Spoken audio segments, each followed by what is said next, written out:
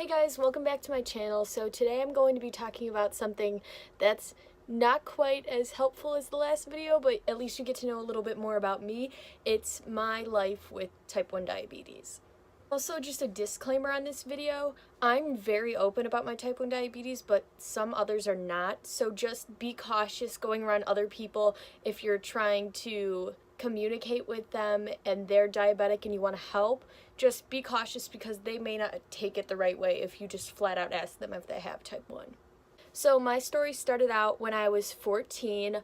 It was fall of my 8th grade year of junior high, and I was on the basketball team. I was like in the best shape I've ever been in, and all of a sudden I just started feeling really sick. I felt like an old person, actually. It took me so much energy just to go up and down the stairs at school that I would have to stop at the bottom and sit, and I would be breathing so heavily in class after just walking the 2-minute walk to my next class. It got to the point where I was getting up 5 times in the middle of the night to go to the bathroom because I was drinking so much water and I was so thirsty and I was so hungry, and I just kept eating.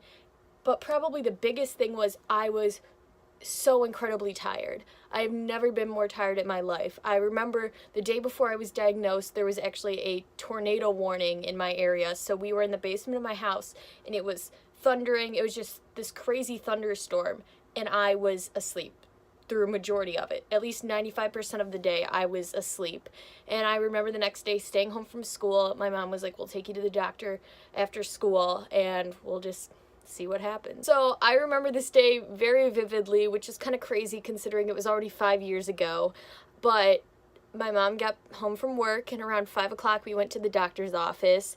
I remember just not being showered. I was in sweatpants. I was just ready to get in, to have them tell me what was wrong and get out and go back home and get better. So we go to the doctor, they do routine checkup, everything like that. Then they test my blood sugar, and they're gone for a while, and I can feel that there's something not right about this.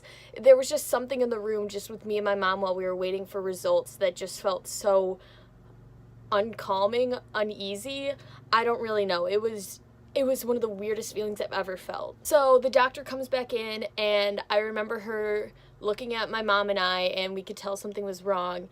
And she said, "We think you have type 1 diabetes, and we suggest getting to the hospital right now. Either you guys can drive there right now, or we can call an ambulance up." This was shocking. The whole turn of events was extremely shocking to both my mom and I because I was a very healthy kid before then. I was almost never sick.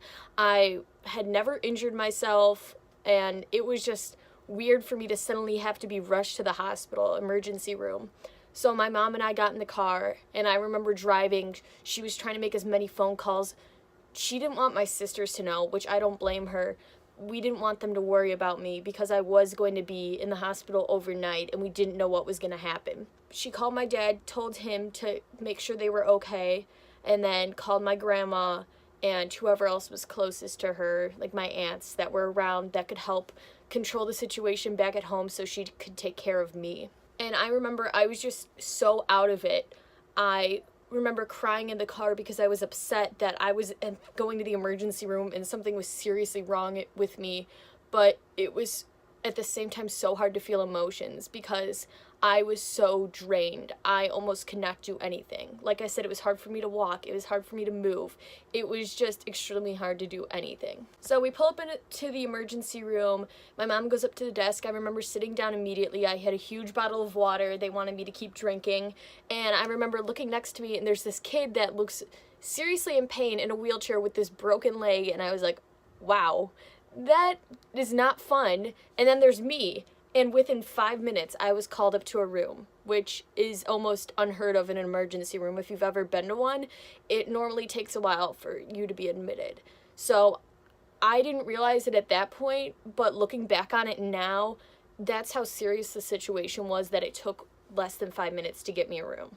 So they took me upstairs, and actually they took me to the ICU, intensive care unit. and this was my first experience in a hospital. I remember the first thing I wanted to do when I got to the room was just go to the bathroom because I was drinking so much water, and they wouldn't even let me walk down the hall to go to the bathroom. It was that intense. I remember them trying to poke me with the IV, and I'm terrified of large needles. Anything like a flu shot, IVs, getting blood drawn, hate it. So that was one of the most terrible feelings. They couldn't find a vein. I remember just laying there almost like limp, crying. It was not fun at all. So I spent the night in the ICU. They checked my levels and pumped insulin straight into my body. So the next day I found out, I was moved out of the ICU, and I found out what actually happened. Doctors and nurses came in just routinely, at least a dozen doctors with nursing students and doctor assistants and everything like that, and everyone basically told me, you have type 1 diabetes and your life is going to be changed forever.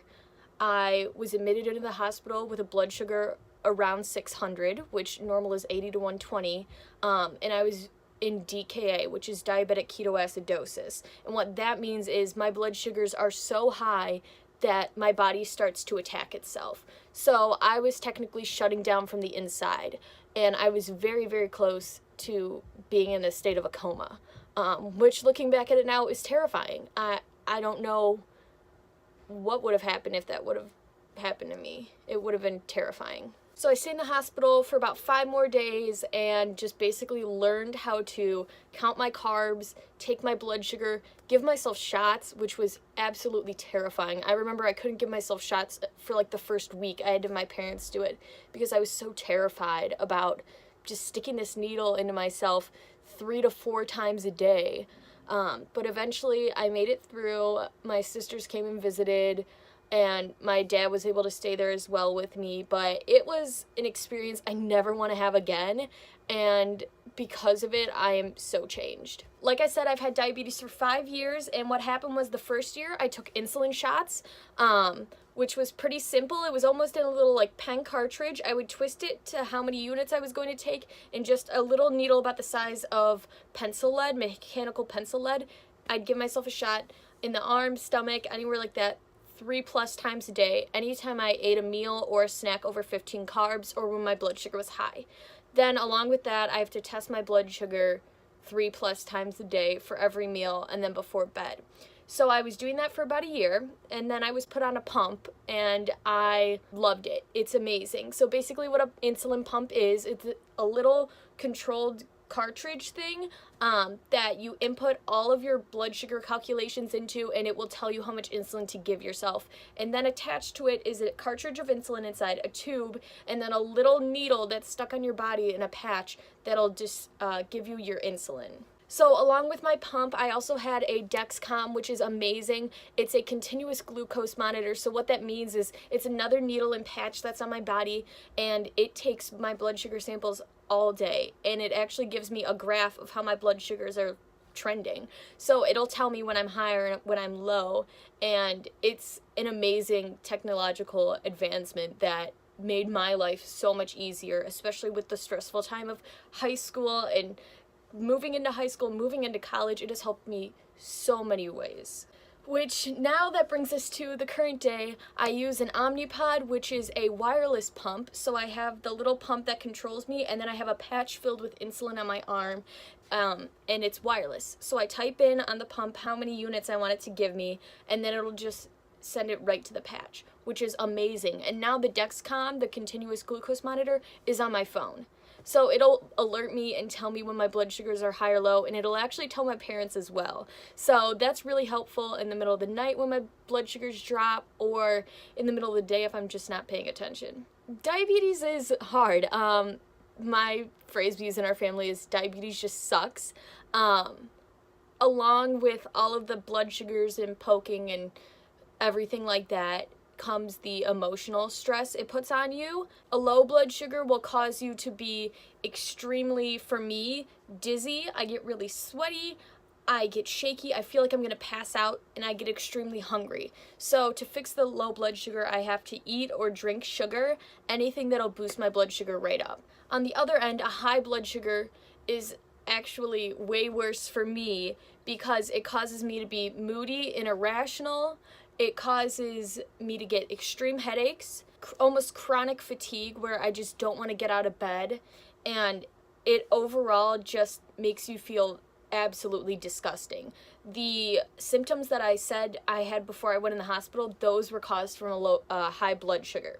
So they're pretty terrible, actually, and the only way to get those back down is through insulin or water, but sometimes your body just doesn't want them to go down, so you're stuck being miserable for a long time. But what I can say is I am fortunate for how good I do with it and how well my body reacts with it. I've heard of people who have been in the hospital almost every year since they were diagnosed, and I've only been in, knock on wood, the one time when I was diagnosed. So I'm very fortunate for where I am and what technology I have at my hands to be able to use. It's incredible, and I am so proud to be a diabetic. And actually, because of my diabetes, I started here a chapter of the College Diabetes Network, which has been amazing. I'm essentially starting a club where anybody can come learn about diabetes and just be a support group for each other. Like I said, it sucks, so being able to have people that can relate with you along the way is really awesome. So for anybody out there who doesn't know what diabetes is and watch this, I hope it helped you. I hope it can help to stop ignorance around the world, or at least around you. Ignorance is the worst, and it definitely is not bliss to most of us who struggle with invisible illnesses like diabetes. So the best thing you guys can do is just educate others when they don't know what's going on. That's why I'm such a big advocate for type 1, is because I want others to know what I'm going through, so in their eyes I can be normal. For me, I noticed that people who hold ignorance tend to hold not grudges, but they hold me to a certain stereotype of a diabetic. I'm not fat, I can eat sugar, that sort of stuff. I understand why they know that. That's what's put out in front of them, but my job is to go out and show people I'm what diabetes looks like. I'm a normal, healthy teenager who knows what she's doing and has her stuff together, and I have type 1 diabetes. So thank you all for whoever stayed through this. It really means a lot to me, and diabetes is something that I hold really close to my heart. Obviously, it affects my life every single day, and I wouldn't be here without my support from all my friends and my family, so thank you guys for supporting me along the way. Alright guys, make sure to subscribe and like this video if you learned something about diabetes. My next video will be much more fun, I promise. So stay tuned for that, and I'll see you guys later.